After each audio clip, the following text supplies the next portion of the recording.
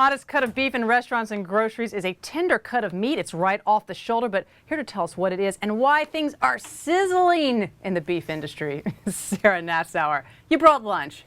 You brought lunch for 8. It smells pretty good. It smells really good. All right, so I tease everybody with this sort of new hot cut of steak. It's right off the shoulder, second tenderest It's in the chuck part of the cow, which is the shoulder section.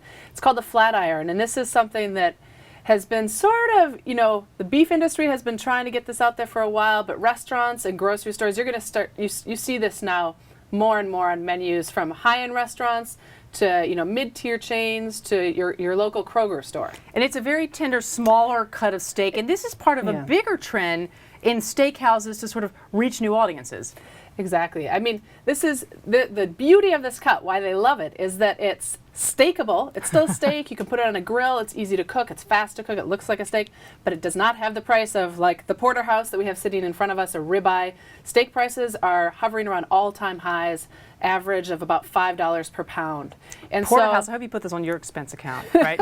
Yeah, exactly. But anyway, the steak prices are all-time high. What you said, $5, about $5 a pound. And so the restaurants and the grocery stores want to give you something that you still want to buy, that still looks like a steak, but a lot of people are being thrown off by the ribeye price, so they need to give you something else. And what about the aura of these restaurants? I mean, it's not your grandpa's steakhouse anymore. Yeah, there's just a lot of, steakhouses are doing surprisingly well, and they're changing quite a bit.